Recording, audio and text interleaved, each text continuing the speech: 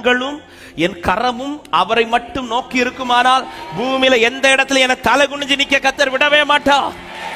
ஹல்லேலூயா. சமூகத்துல என் கண்களும் என் கைகளும் மேல உயர்ந்து இருக்குமானால் பூமியில யாருக்கு முன்னாடி இப்படி நிக்க ஆண்டவர் விட மாட்டார், விடவே மாட்டார்.